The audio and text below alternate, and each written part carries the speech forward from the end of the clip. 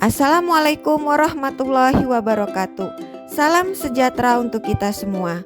Semangat pagi dan semoga masih tetap semangat ya rekan-rekan mahasiswa yang berbahagia. Pada pertemuan ketiga ini kita akan membahas tentang standar dan siklus akuntansi zakat, infak, sodako, dan wakaf yang sering kita sebut dengan istilah ZISWAF. Berikut penjelasannya, kita mulai dari daftar isi. Di sini ada 5 poin. Yang pertama, apa itu ZISWAF? Yang kedua, PSAK 109 revisi tahun 2021. Yang ketiga, standar akuntansi ZISWAF. Yang keempat, tujuan. Dan yang kelima, siklus akuntansi ZISWAF. Oke, selanjutnya apa itu ZISWAF? ZISWAF kita mulai dari zakat. Zakat adalah kadar harta yang wajib dikeluarkan dan telah ditetapkan oleh Allah Subhanahu wa taala kepada setiap muslim yang mampu untuk mencapai keridhaan Allah Subhanahu wa taala. Selanjutnya, apa fungsinya zakat? Yakni untuk membersihkan jiwa orang yang berzakat dan membebaskan beban orang yang membutuhkan. Infak adalah mengeluarkan sebagian harta yang diperintahkan dalam Islam untuk kepentingan umum, juga bisa diberikan kepada sahabat terdekat, kedua orang tua, dan kerabat terdekat lainnya. Oke, selanjutnya adalah sodakoh. Sodakoh adalah memberikan sesuatu tanpa ada tukarannya karena mengharap ridho Allah Subhanahu wa taala. Sodakoh itu sering kita sebut dalam bahasa Indonesia dengan istilah sedekah. Jadi kalau bersodakoh kita tidak mengharapkan imbalan. Oke, selanjutnya kita masuk ke wakaf. Menurut syara adalah menahan harta yang mungkin diambil manfaatnya tanpa menghabiskan atau merusak bendahnya atau ainnya dan digunakan untuk kebaikan. Menurut Imam Syafi'i, wakaf itu suatu ibadah yang disyariatkan. Wakaf itu berlaku sah apabila orang yang berwakaf atau wakif telah menyatakan dengan perkataan saya telah wakafkan atau wakofu, sekalipun tanpa diputuskan oleh hakim. Bila harta telah dijadikan harta wakaf, orang yang berwakaf tidak berhak lagi atas harta tersebut walaupun harta itu masih di tangannya atau walaupun harta itu tetap dimilikinya. Oke, selanjutnya adalah standar akuntansi ZISWAF. Secara umum di standar akuntansi ZISWAF itu akan dijelaskan mengenai penilaian dengan harga sekarang, kemudian aturan 1 tahun, kekayaan atau aset, kemudian aktiva tetap, tidak kena zakat, nisab atau batas jumlah, dan kemudian ada akuntabilitas organisasi.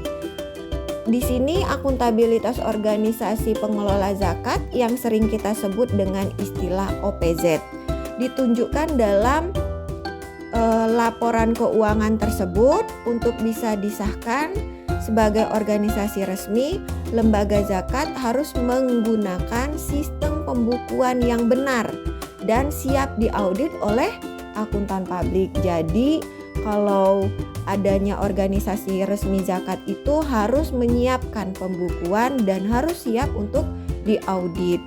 Di sini untuk organisasi pengelola zakat atau OPZ, kalau di Indonesia kita memiliki 3 jenis organisasi pengelola zakat.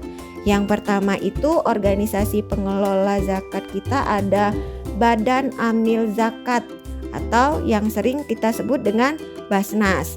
Yang kedua, lembaga amil zakat atau yang sering kita sebut dengan LAZ. Kemudian unit pengumpul zakat atau UPZ. UPZ itu berarti yang paling bawah, itu biasanya ada di masjid-masjid. Kemudian kita lanjut dengan tujuan. Tujuannya apa? Adanya akuntansi ZISWAF adalah untuk pertanggungjawaban, pengukuran penyajian dan pengungkapan ZISWAF, pengawasan, dan sarana pengambilan keputusan. Kemudian akuntansi itu untuk menyajikan informasi mengenai ketaatan organisasi terhadap ketentuan syariat Islam, yang termaksud informasi mengenai penerimaan dan pengeluaran yang tidak diperbolehkan oleh syariah bila terjadi serta bagaimana penyalurannya. Oke, selanjutnya di sini kita akan bahas mengenai siklus akuntansi secara umum. Nanti selanjutnya baru keterkaitan dengan akuntansi Ziswaf-nya. Jadi di dalam siklus akuntansi itu ada 4 tahapan secara garis besar. Yang pertama itu ada tahapan pencatatan, yang kedua penggolongan, yang ketiga pengitisaran, dan yang keempat itu adalah pelaporan. Jadi siklusnya ada 4 tahapan tersebut. Kita jelaskan mengenai pencatatan. Di pencatatan itu mulai dari mana? Yang dimaksud dengan pencatatan yakni mulai dari bukti transaksi, kemudian bukti transaksi, kemudian ada jurnal, itu termasuk dalam pencatatan. Kemudian penggolongan.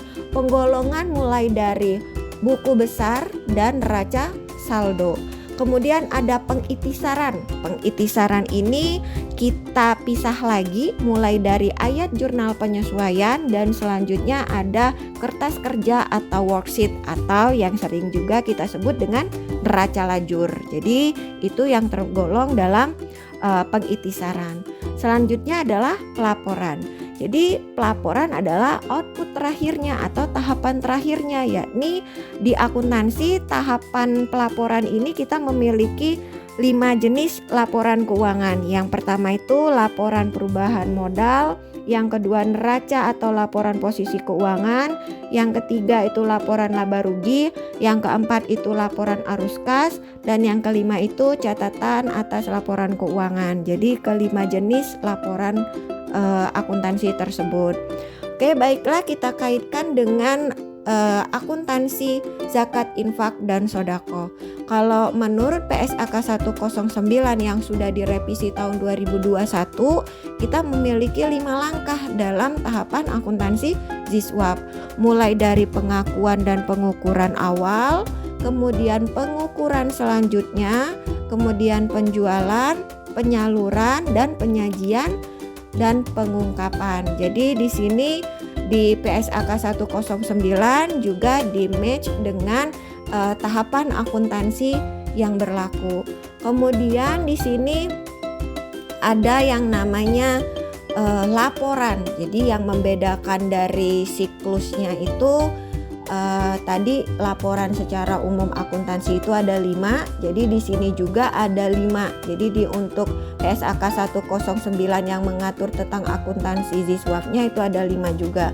Jadi di situ ada neraca atau laporan posisi keuangan, yang kedua laporan perubahan dana, yang ketiga laporan perubahan aset, yang keempat laporan perubahan kas, dan yang kelima catatan atas laporan keuangan. Jadi untuk laporan yang kelima ini harus dibuat ya, karena bentuknya menginformasikan. Oke, selanjutnya di sini adalah tahapan Ziswaf. Jadi tahapan Ziswaf di sini ada yang namanya muzaki. Dari muzaki itu masuk ke amil zakat, kemudian disalurkan ke mustahik. Oke, demikianlah penjelasan dari saya. Selanjutnya nanti tolong dipahami. Di sini untuk tugas akhirnya atau latihannya, tolong carilah jurnal-jurnal penelitian terkait dengan standar dan siklus akuntansi Ziswaf dan lakukan analisis terhadap jurnal tersebut. Jadi nanti kalau sudah dicari jurnalnya, lakukan analisisnya. Jadi kita tahu untuk tahapan dalam siklus akuntansinya dan standar apa yang digunakan oleh OPZ yang berlaku, itu menggunakan standar apa, itu harus dicatat. Oke, baiklah, demikian penjelasan dari saya akhiri dengan wassalamualaikum warahmatullahi wabarakatuh.